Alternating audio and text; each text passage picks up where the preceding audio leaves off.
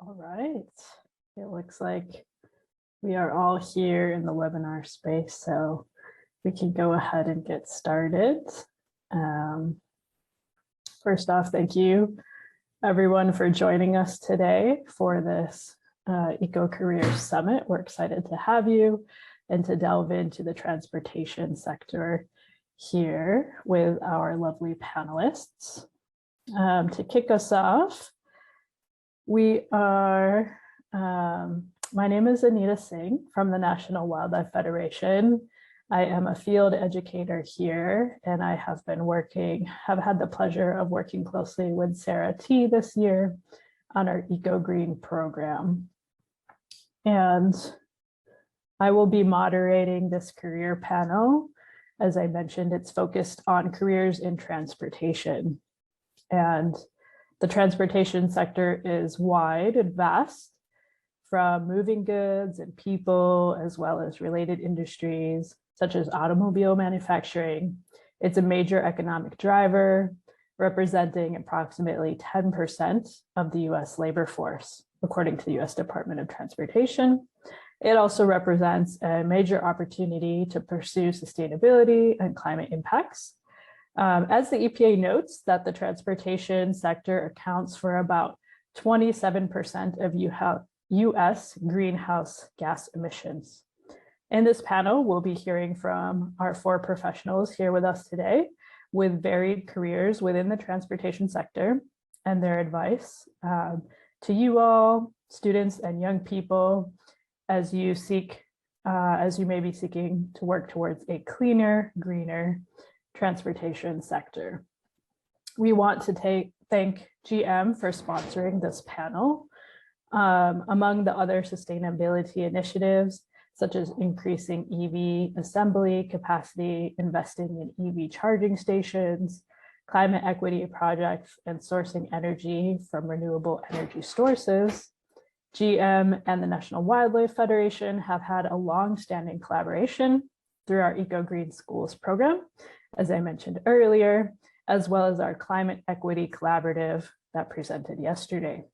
The Eco Green program is a program that provides resources and support to hands-on environmental sustainable projects at K-12 schools across the country. And these projects, are ranging from wildlife habitat restoration to recycling programs to water preservation and onwards. So 3 of our panelists here are coming from General Motors, and we're happy to hear more about their experiences working within transportation. As each panelist is presenting, feel free to submit your questions via the Q&A box, and we will ask as many as we can after each panelist has presented. And so today we are going to get started with Sarah T. Sarah T is General Motors Senior Environmental Social Governance, ESG Strategies, Nature, and Packing Lead. Sarah focuses on identifying emerging ESG areas and develops sustainability programs and partnerships that advance GM sustainability priorities. Sarah started at General Motors in 2014 as an environmental engineering intern at the CAMI assembly plant. In 2016, she returned as a global supply chain group leader, supervising more than 20 team members before moving into an environmental leader role focused on waste compliance, wastewater processes, and air regulatory reporting. In addition to this role, she supported improvements and implementation of more than 5 new wildlife habitat programs, led a multi-departmental site packaging working group, and contributed to the creation of a packaging guidance document used throughout the auto industry. Sarah earned her degree in chemical engineering with a focus in biochemical and environmental engineering from Western University, as a Master of Business Administration degree with business analytics concentration and a professional engineer license. Whew. We're so glad to have you here today, Sarah. And so please tell us a little bit more about your own career path and any advice you may have to young people interested in pursuing a similar career here as you've had in the transportation sector. Thank you, Sarah. Of course, perfect. Thanks, Anita. I'm just going to quickly share my screen as well, just so that you guys have something to look at other than me. Let me share my screen. It's just an overview of pretty much everything you just said. Okay.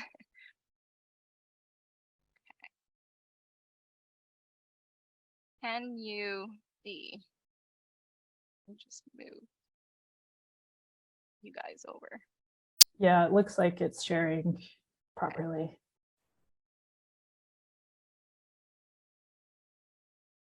Okay. All right, perfect. Thanks so much, Anita. So hi, everyone. My name is Sarah T. So happy to be here today to share my journey with you all.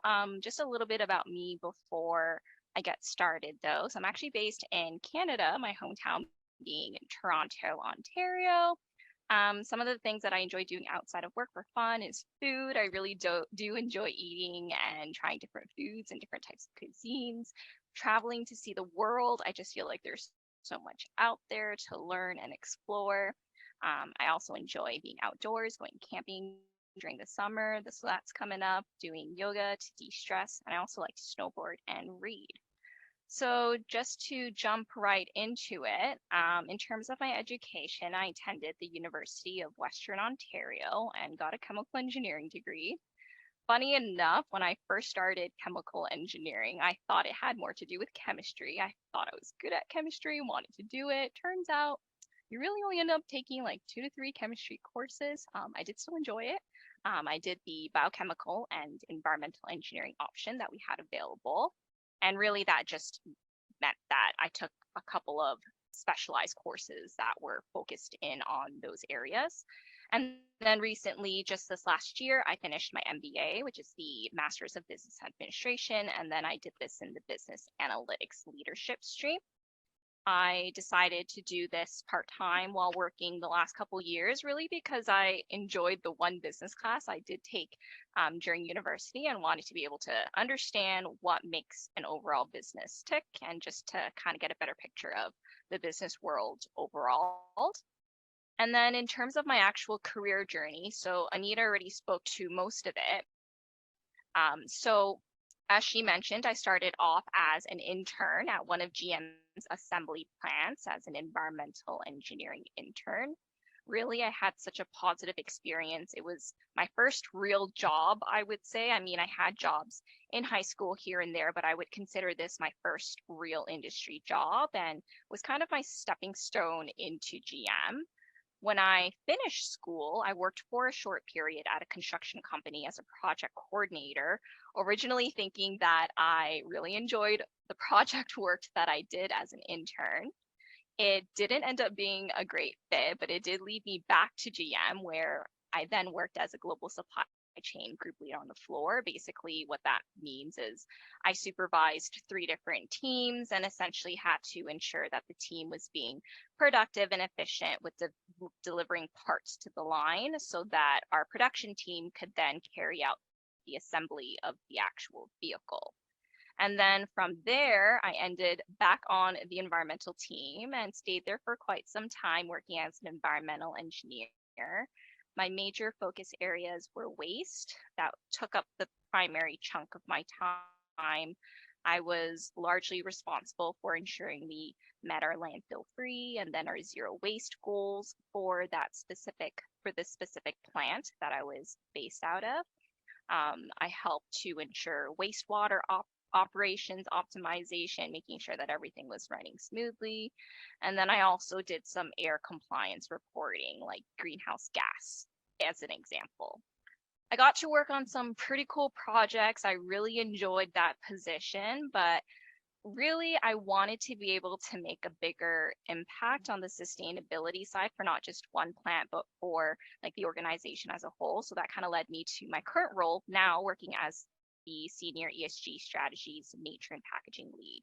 And in my current role, I'm working on developing sustainability programs and truly developing those strategies in both the nature space and sustainable packaging space, as my title suggests. to help GM advance in our sustainability or priorities. So all in all, my advice to you, if you're interested in pursuing a career in this space, is to not be afraid to go down different paths and explore different roles. You can kind of see from my journey that I've been all over the place myself. It's taking me some time to figure out me. I'm still trying to figure myself out. I'm still trying to figure out what my passions are, and that's completely okay. I think you'll end up in positions that you may not love. That's a reality, but at least you then figure out what aspects of the job you like or you don't like, and that's a good thing. And I think the last piece of advice that I have is to not forget about those soft skills, because I do think they are extremely important. Being able to network, communicate, and the behaviors you showcase is what will make you truly stand out. Really, you being you, not what's on a piece of paper. So, kind of keep that in mind, and also keep in mind to not be too hard on yourself all the time. That's all I've got. So, thanks everyone for your time and listening to my career journey. Thank you, Sarah. That is beautiful and excellent advice. Thank you for sharing a little bit about your journey. We are going to switch next to Rebecca Nasrey. Rebecca Nasrey is an industrial electrician at General Motors and is one of 3 women electricians in a facility of approximately 60 electrical tradespersons. She has been with the corporation for almost 26 years, 2 of which she worked in assembly production and the rest in skilled trades. Rebecca is often involved in the full life cycle of a project, from the planning and layout phase to the actual fabrication and build of an electrical project. Throughout her career, she has worked on 13,800 volt substations. For reference, the plug in your home is about 120 volts, built and installed power distributed panels, and has worked in aerial lifts, 60 feet in the air, installing conduit and wires. Her daily routine typically involves troubleshooting robot and automation faults, teaching robots to improve quality, and streamlining the amount of time it takes to build the best vehicles. Rebecca, thank you so much for joining us today. Sounds like a really badass career journey, and I'm excited to hear a little bit more from you. So please, share anything you would like to about your career journey with us, and for young people who are considering entering the trades. Thank you, Rebecca. Thank you for having me here today. Can you guys all hear me really well? Yes, good. Okay. Just a little bit about myself on a personal level outside of work. Just like Sarah was talking, I absolutely adore camping. Camping has been like in my life for many years, and then traveling. So as soon as I get outside of work, if we have nothing to do, we're in the car, we're driving somewhere, we're going to see something. I'm married. I'm a mother of 5 children. So we have a nice full household. All my children are all adults now. My youngest is actually in college right now. I have 2 in the service. One is actually copied my career. He's an electrician as well. And I have 2 that are in college. The 2 youngest are actually in college.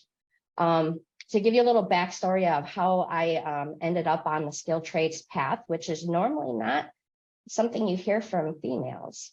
Usually that's something that is kind of intimidating to think about. But to get into this, just so that you're aware, when I started high school, I really focused on trying to be successful and choosing the courses that would have me excel well in college. So I chose a lot of college prep style classes. I didn't do perfectly in those classes, but that was okay. I wanted them on my transcript. I wanted to look good to all the universities when I applied. So in my junior and senior years, I worked with the school guidance counselor. I was looking for ways, to sign up for school and what career path was probably best fit for the grades that I had, which ended up was actually pre-med. So I initially started out pre-med. I got accepted to Eastern Michigan University. And to get a little bit more in depth, growing up in a household, we didn't make a whole lot of money, extra money growing up. So when it came to actually paying for school, it was something that my family was unable to actually support me. So I actually had to find a job outside of high school that was going to be able to pay for the college myself. So I decided at that point that I was going to step down and do college part-time and work full-time just so that I could get my dreams accomplished. So this is where I actually started with General Motors. They had a job posting for actually assembly line working positions. So I got that job at the end of that summer. I went through a whole testing process to make sure that, I was fit, that I was smart enough, passed the drug test, the normal things at job careers, that how you start out. So I did that. I worked the line. So here I am performing the same style assembly job and performing that task over and over and over, building the vehicles for General Motors. And then during normal operation, machines break down. So during these breakdowns, all of a sudden this crew would show up on the job and they would tackle these breakdowns. Tools would become flying out. These guys are working. They're all laughing. They're having a great time. I'm like, what the heck's going on? This is a breakdown. How come are these guys having a good time? So, they kind of intrigued me. A little bit later on down the line, we're working again. And all of a sudden I hear this machine come cruising down the aisle. And I'm like, what the heck is this? So, and I'm looking and I'm like, wow, it was actual aerial lift. And I see my first female skilled trades person actually in that lift. And so I started actually asking around, and that's when I actually learned what skilled trades were. I had no idea. I was 18, fresh out of high school, and that was not a career option. Actually, our high schools actually promoted at that particular time, back 26 years ago. So asking about that, I was pretty intrigued because I really liked their work ethic. I liked, everybody showing up, performing their magic. It was like a magic show. They literally showed up, did stuff that I had no idea what they were doing, and all of a sudden things were running. So it was just something that I really wanted to get into. So I really started searching, what skilled trades were and what it took to actually become one. So that's when I learned about starting an apprenticeship to start skilled trades. So I actually changed my career path at that time within 3 months of actually starting pre-med. I just had general studies, so I started my apprenticeship. So an apprenticeship, it was 4 years of hands-on learning. So you're working on with a journey person, hand by hand. You're actually working with them and going through that process. Also, I would spend 2 years of going to college afterward. One of the benefits of skilled trades doing an apprenticeship, not only do you get paid to be at work learning, they actually paid for my college for me and paid me to be there learning for the company. So what a better incentive for a household that couldn't afford college. So I took advantage of it, got my certificate, furthered my degree, and I have been doing this for 26 years. It's been fantastic. So not only did I finish and get my certificate, I did not have school debt. So here I was, 21 years old with a degree, making 6 figures. I had benefits, I had holidays, I had vacation, we had 401k, we had all these things that you really work years and years to get. And it was something that I actually had fun doing. So I've been doing this job for 26 years and it never gets boring. Every single breakdown is a puzzle. You're figuring out what it is, you fix it, you move on, and you learn from it. You try to create a process so that way it doesn't repeat, and you're always trying to make everything's better by driving that continuous improvement. Another thing with General Motors, I'm working at Factory Zero, which is in Detroit, Michigan, and that plant is an all-electric vehicle manufacturing facility. Not only with the skilled trades here at the plant, everything that we do, we recycle and reuse. So no matter as the year goes on, my job actually makes everything better. With fixing things and moving on, it's been very beneficial for my family and I. As an electrician, we install equipment and maintain the faults and running the best for teaching and performing those tasks. One of my, the last thing that I'll talk about, because I could probably talk about my job forever, is the coolest thing that I work with is we call them Godzilla robots. These Godzilla robots are 2 stories tall. We install them, we maintain them, we repair them, we teach them. They are so tall, but they pick up a whole vehicle like they're a feather, move them and place them all day long. It's beautiful. It's like a dance. So it's something to always be, you know, I'm so proud of everything that I do. One of the benefits about the robots is they speak about how robots could be like the future and how they're going to run everything. But if you think about who installs them, who maintains them, who produces them, who programs them, that's skilled trades. So skilled trades, you know, can be the future. And I definitely want my job to be part of that future. So of course, I stuck with skilled trades. As advice, honestly, no matter what you guys choose in your future, do something that you're passionate about, something you love, something that you enjoy to go to work and it's fun. Otherwise, it just makes life hard and we don't need hard. Thank you. Thank you so much, Rebecca. Can really hear the passion in your voice and really appreciate that storytelling. I had no idea there was 2-story robots lifting cars in the Factory Zero, and now I really want to visit to see that happening. All right, so next up we have Carsen Mata. Carsen Mata is the Senior Manager of Sustainability and Communications at General Motors, leading dynamic communication strategies for GM's sustainability team and the company's overall environmental efforts. Carsen previously worked at Consumer Reports as the Associate Director of Sustainability, Climate Change, and Clean Energy, where she built the nonprofit Strategic Communications Plan to amplify their advocacy positions around federal and state clean car standards. Prior to her work at Consumer Reports, Carsen served as the Senior Congressional Liaison for the U.S. Environmental Protection Agency, Region 2 office in New York City for 6 years, managing communications between the region and 41 congressional offices in New York, New Jersey, Puerto Rico, and the U.S. Virgin Islands. Carsen earned her MBA in International Studies and her master's degree in public administration with a focus on environmental policy from Fairfield University in Fairfield, Connecticut.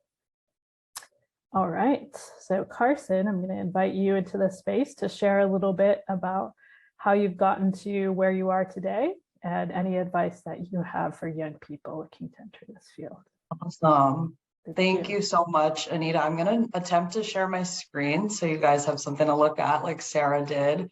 Let me know if this works. I'm going to try. Let me know if that's showing up. Okay, cool. So just an overview. Thank you so much, Anita, for the introduction. And before I begin, just want to thank NWF for hosting these sessions. I think they're so important. And so it's really great to be able to connect with younger folks and folks that are kind of contemplating the next phase of their life, of maybe their career. This was an exciting time for me when I think back to high school, early college, and it's definitely something I think I could have used or benefited from back then. So I'm really excited to be a part of it, and so cool to learn about Rebecca, Sarah, and Bryce's journeys as well. It is hard to follow Rebecca's journey because it was so dang cool, but I'm going to try my best. Like Anita said, I'm, the Senior Manager of Sustainability Communications here at GM. So kind of a different path altogether, I think, than compared to my other panelists. I don't have a technical background. As you can see, I majored in international studies, and I think it wasn't until I got through my undergraduate degree until I realized that I had a real passion for sustainability and the environment in general. And that led me to kind of focusing on environmental policy for my master's. So it's been a wild ride so far, and very similar to Sarah, I would say that I'm still very much figuring out what I love about work, what, really excites me, what I maybe don't love about work. And I think, over time, continuing to understand those things about yourself and your career, it's only a good thing. Even if there are some negative aspects of the job, there will always be things that maybe aren't perfect or are not a great fit for you, but kind of banking those things in your memory bank is really useful as you navigate the rest of your career. So as you can see on the screen, there's a photo of me lifting weights. On the personal side, I just want to start by saying that I grew up an athlete. I was an athlete in a middle-class family. I'm from Jersey City, New Jersey, so grew up very much in the city, right outside of New York City. And I was fortunate enough to have athletic capability that gave me a lot of opportunities. And one of those was getting to go to college on a full ride scholarship. There's immense privilege in that. And I totally recognize that. Similar to Rebecca, though, you work your butt off, you graduate, and you're debt free. It's incredible. Athletic scholarship is one thing, but there are so many other types of scholarships and grants out there that are available to folks on the academic side through nonprofit organizations. So just sneaking in a little early advice that, there are a lot of opportunities out there. And if you need help to seek finding those, because putting in the work to apply for those things are really worth it when you graduate college. And like Rebecca mentioned again, like nothing like being, debt free and starting that chapter of your life, without that. So played volleyball through college, was really focused on my athletic career. And then I took a class, like an environmental studies 101 class. And wow, I was just blown away. We learned about like corporate lawsuits and hazardous waste cleanup. And I just kind of started to understand the universe of environmental cleanup. And that kind of led me into pursuing my master's degree and, focusing on environmental policy. And during my master's, while I was still a student, I applied for an internship at the EPA, the Environmental Protection Agency.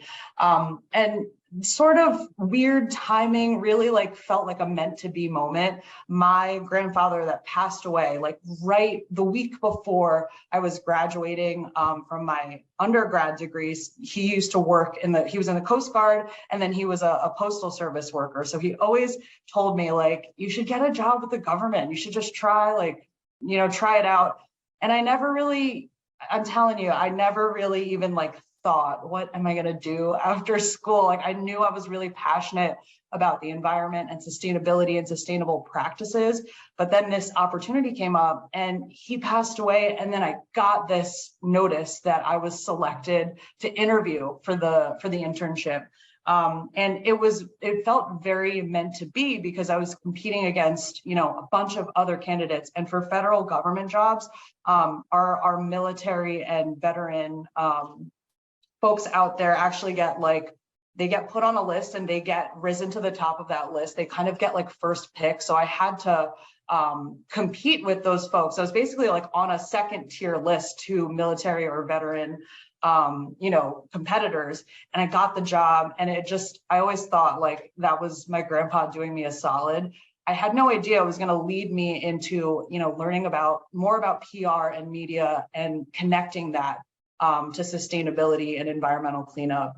Eventually, I kind of leaned into that, really got interested more on the policy side and connecting with congressional members in New York and New Jersey. That was my first, real official job with the EPA.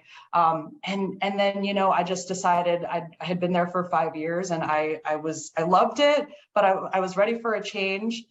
If you aren't sure what Consumer Reports is, I'm sure your parents know it because it has been around for over 80 years. They are, in publishing, they publish a magazine, they have a website, and it's basically the original, I want to say it's the original Yelp, but it's done by professional researchers and testers. They actually research and test products like washing machines and dishwashers and your Roomba vacuums and every product you can think of. Consumer Reports buys that product and then they test it and then they write a review. And it's a really credible organization. It's a nonpartisan organization. And I was lucky enough to be a part of what they started a couple of years ago now was their sort of environment and clean energy vertical as part of their research. And so they're now testing the most sustainable products on the market. And they have this new, rating system where you can understand as a consumer just how good or efficient your product is. So if you're looking for a dishwasher or even a car, they do electric vehicle testing. They do other gas-powered car testing. They have an amazing test track up in Connecticut. So I was really excited to be a part of that. And then this opportunity came up. So I mentioned they did car testing with Consumer Reports. I had never been really exposed to the auto industry until I joined Consumer Reports. And of course, like when you advocate and you think about advocacy work, right? And like in the mindset of sustainability or in the framing of sustainability, you always want to be pushing for clean regulations that encourage cleaner air, cleaner water, more protective, right, of nature. And so CR was always, scrutinizing automakers, like who has the best, cars or the most efficient cars, the cleanest cars that pollute the less or that emit the least amount of greenhouse gas emissions. GM constantly rose to the top of our conversations. And I feel like as we talked about and advocated for on the Hill, there was always this like notion like, yeah, GM is really leading the charge forward. Others, they're always in the mix, but GM, I think, really impressed me in terms of the transition to electric vehicles. And I think most folks maybe on the call know that by 2035, we'll only sell EVs in the US for our light duty, like personal vehicles, which is a really cool and exciting thing for someone that's passionate about the environment and sustainability like myself. So that got me here. And I've been here for a little bit over a year, so nowhere close to Rebecca's experience. 26 years, hard to beat that, but it's incredible. And honestly, I have learned so much from my colleagues that have been with GM for a longer period of time. And I cannot appreciate folks with that institutional knowledge any more than I do, because there's a ton of new people at GM, but there's so much for us to learn about the legacy of the company. So wild ride so far. It's been a lot of fun. I'm still learning, I'm still growing. And if I could give some advice, it's don't say no to yourself before someone else can say no to you. So if you feel a little unsure or you feel a little uncertain, and you're hesitant to reach out or ask for help or pitch an idea or talk about something that you think might be cool, but you're a little scared or unsure about it, go for it. Don't shut an idea down in your own head before you can get it out there, because it's worth that shot. And you'll always learn in that process of putting yourself out there.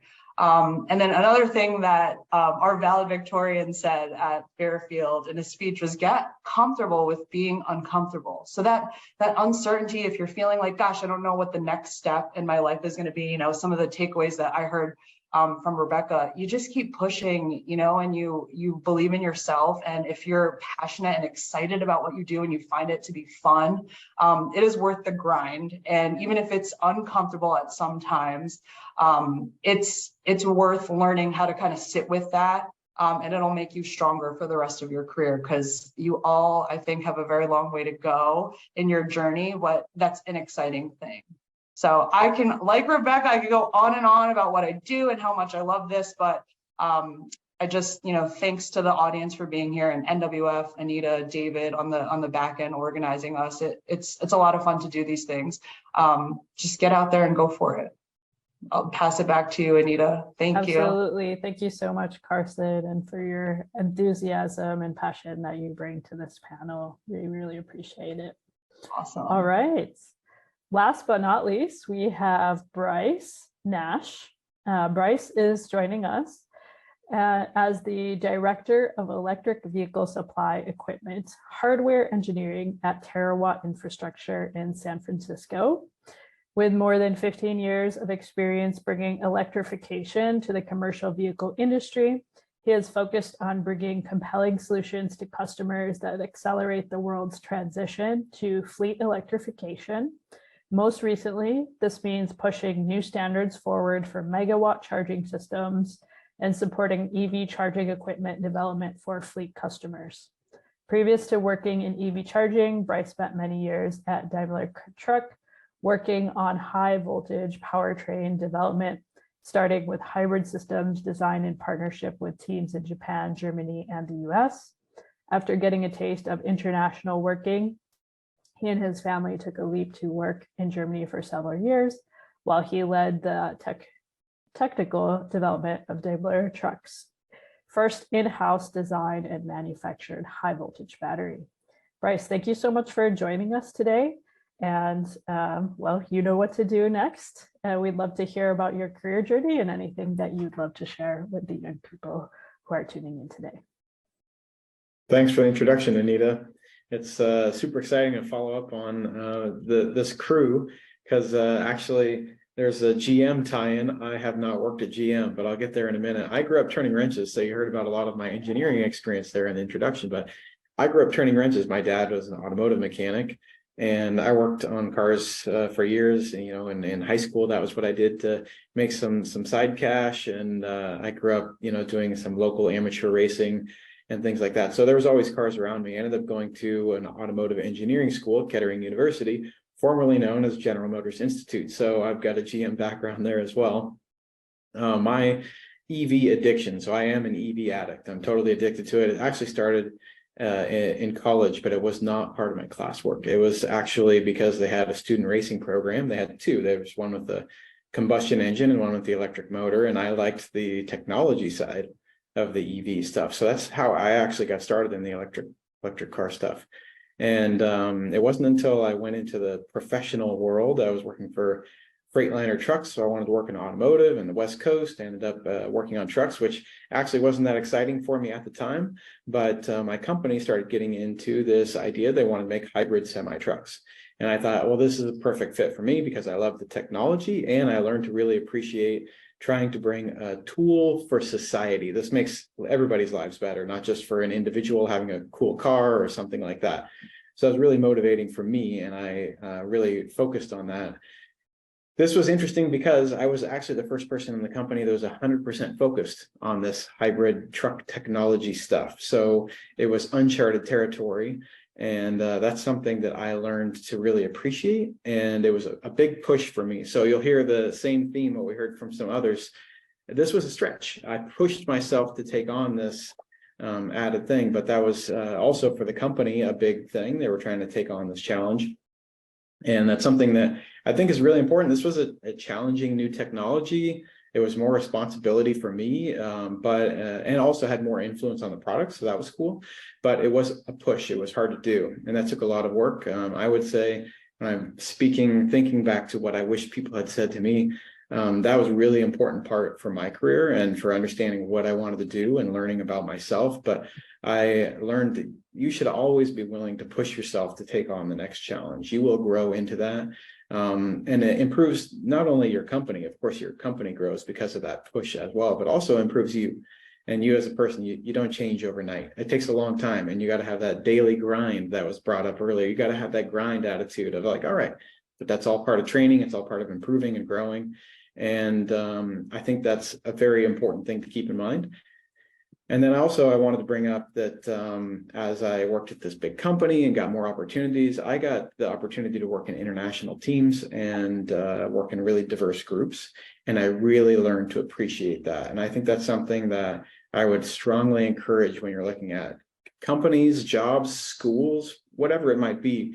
Look for those opportunities where there is a lot of diversity. I think that is very rewarding when you have a wide variety of people around you, different experiences and skills and things like that. And it was really exciting. So in any path you end up taking, I strongly encourage you to look for that. Look for diverse teams. It makes it more exciting also. And then another topic I want to bring on is that I've worked for many different companies. So some as few as 7 weeks and one for 17 years. So I worked for a lot of different companies over that time. And this is the theme that I've heard brought up today. I really appreciate. Always be looking for new opportunities in the world of sustainability. So I talked about my journey. I started actually in automotive powertrain engineering, which was combustion engine technology at the time. And I've gone this long arc with lots of different development from hybrid, mechanical integration, battery development, now charging stations. There's such a wide variety of things that you will come across when you're focused on sustainability. In your career path, what sustainability means will change again and again and again. And you should really be open to a wide variety of opportunities and always be willing to stretch yourself individually, stretch yourself a little bit to take on some new challenge. You'll be in high demand. When you've proven that you have the ability to take on those new challenges, you will be in high demand. And also it keeps things really exciting. You will get to take on new challenges, will keep you motivated. And I think that's a reoccurring thing I've heard again and again. So that's where I would close out. Look for opportunities where you push yourself, keep an open mind, and look for diverse teams. Thank you so much, Bryce. Really appreciate that. Hearing a lot of similar themes throughout this panel today of just really pushing yourself, challenging yourself, taking on those opportunities, finding those jobs where you're not going to be replaced, with technology coming forth, and really making yourself a valuable employee when it comes to the workforce. So right now we're going to shift into the Q&A section. We have a question in the chat here from Mars. They have asked, if I'm looking to move somewhere new and find a new job in the environmental field, do you have any advice on where to look? And I'm sure that answer will look different because you're all coming to us from different aspects of the industry. But if anybody would like to unmute and answer, feel free. I'll start. I'll throw something out there just to get the ball rolling. This is a very open question. Where should I look? I think the first thing I would say is, what stuff do you like? What things do you find intriguing? I have friends, for example, in the professional circle and personal friends that were interested in autonomous vehicles. What is self-driving cars? It seems like it's pretty cool technology. How does that work? And it was a personal interest in the beginning, and eventually their passion on the topic led them to keep pushing themselves and growing. And then they've become, professionals that really appreciate that. That's just an example. Of course, that's not necessarily the environmental field, but that's an example where they were personally motivated. I would say it's much easier to push your own limits and to push yourself to take on new skills if it's something you're interested in. I would say bad advice would be follow where there's high demand and money today, because that will change over time with different technologies and different supply and demand stuff going on. You never know. If it's not something you're motivated by, that'll be really hard to continue pushing yourself there. I'll follow up, Bryce, and just totally agree that I think the first step is identifying what in the environmental field do you find interesting. Like Bryce said, there's so many directions, so many avenues you can go with it. You can go into water, into waste, into air. There's so many different media that you can focus on, but starting there, identifying that. And if you think they're all cool, that's great too. There's something, I'm a little bit of a generalist in this space. So there's something for everyone. And then, what is the craft? Is it PR and media? Is it engineering? Is it more on the technical side? Is it more on the communication side? And then I would say, once you've identified that, LinkedIn is such a great resource. They actually have internships. They have, part-time jobs. They have so many different filters that you can really use that tool to drill down into what you're looking for all over the world. Really, there are opportunities listed there. And then one step further, if you identify maybe a place that you're interested in and they have an opening, and you do a little bit more searching using the search tool in LinkedIn, you might be able to find either a recruiter or someone in HR that works in like either the internship space or even specifically recruiting for that role.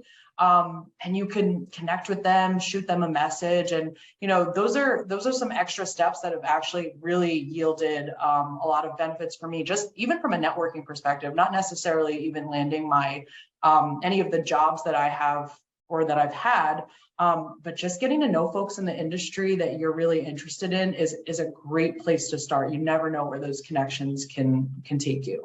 So that's where I would start. My one thing would be to be open, be absolutely open and try. There's nothing wrong with trying anything because you never know. Just like I started out with one journey that was completely opposite of actually what I ended up doing. And I love my job. So just be open and always try. And then blogs. You can go on blogs, read people's stories, find out, ask questions. People are very open, just, you know, and they might even spark another interest or give you an idea or a scope to go somewhere. Thank you. And then just really quickly, a last note from me. I think if you're interested in the environmental field, there's so many opportunities these days. It's really a sector that has really grown in the last couple of years. And so echoing my fellow panelists here, try to find a position that, you know, you're really passionate about, something that you think you're going to enjoy, and then maybe focus on the location afterwards. You'll find these days that there are quite a few environmental related jobs, internships out there that I think you can try and find what you like first in terms of the job and then figure out the location afterwards. So don't focus too much on the location and where all of the jobs are, because as you can see from all of our backgrounds, as I'm based in Canada, Carsen's in Jersey. I think Bryce said he's in San Fran. Rebecca and Anita are based in Detroit. So we're all around North America, and I think the job opportunities are it's really grown. So yeah. Absolutely. Thank you so much for that advice. Mars says, thank you all. This was very helpful. All right. It looks like we still have some time for a few more questions. Let's move towards this question here. Have you had professional mentors? Who do you look to for advice or feedback on advancing your own career?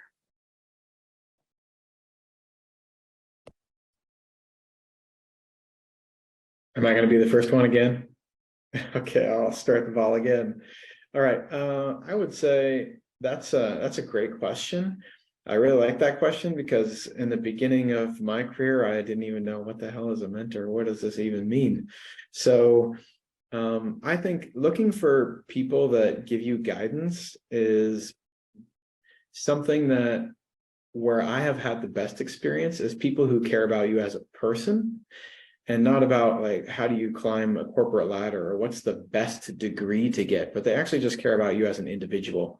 And you have a personal connection there where they want to help you grow as a person. You know, usually it's someone that's older than you, but not always. Sometimes it's someone who's just like in your class or someone who's a friend. Look for those people who want to help you as an individual, as a person. I think those are the best mentors to have. I guess we'll go in order of the last question too. So we got to keep this theme, panelists, okay?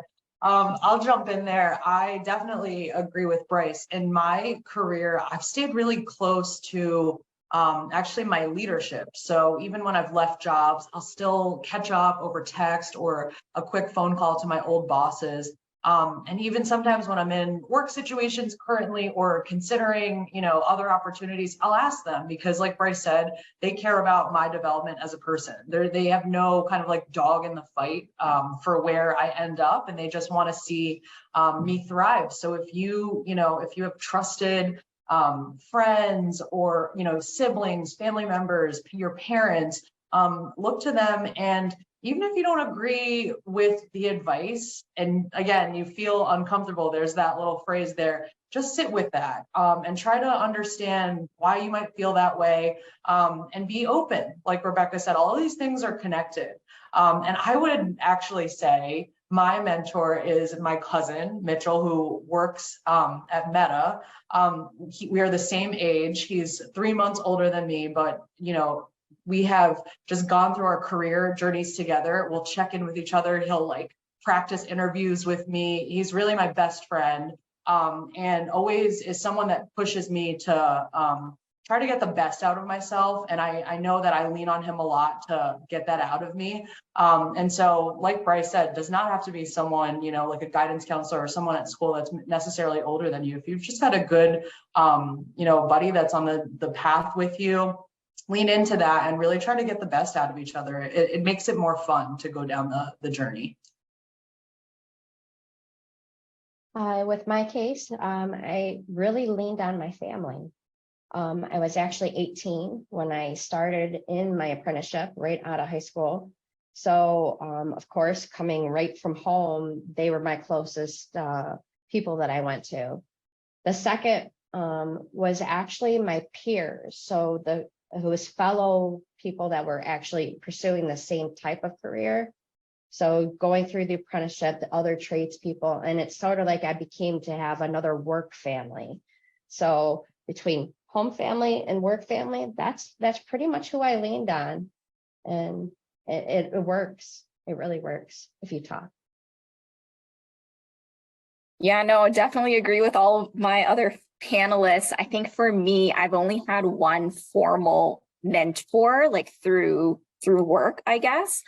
But I think one of the most important things is finding somebody that you can really connect with and you can be completely open and honest with throughout your entire journey. And oftentimes, like people have said, like it ends up being your peer, your friend. For me, it's been my friends that have kind of gone through the same journey as me too. As I was starting out when I finished school, I was like a young female in like a male dominated industry. I was in like the engineering field. There weren't a lot of people that looked like me, that was my age. And so I heavily relied on my friends, and, you know, like we struggled together, we shared great experiences together and wins. And I think those types of people are what you need in your life. I think it's great having formal mentors who can help you to progress throughout your career. That is important, but I think you can have like different types of mentors in your life.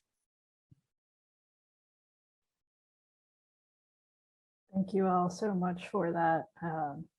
I love that mentorship can look all types of ways and all types of ages and all types of relationships. That is very true. And also very important to consider. I see David popping in here, so perhaps it might be time for a shift. We'll just do a little quick time check. Do we have time to do one more question, David, or should we pass it? No, we have to go ahead and switch it over now. All right. Sorry to interrupt. No problem. No, thank you for coming back on for that. So we do really appreciate all of your participation here as we're going to transition. Bryce, Carsen, Rebecca, Sarah, we really appreciate your participation in this panel and sharing your insights with the young folks who are attending today. I did want to put out this question, you know, in case someone is interested in learning more specifically from one of your career paths, if you would be open to receiving those questions. I know EdWF can receive those questions via email or perhaps another method, David, if you are receiving that for this panel, and we can reach out and put folks in touch.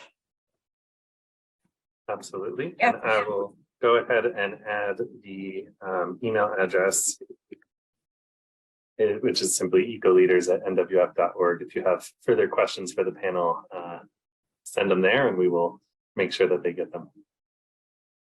Excellent. Thank you all. Thank you all. And you all are welcome.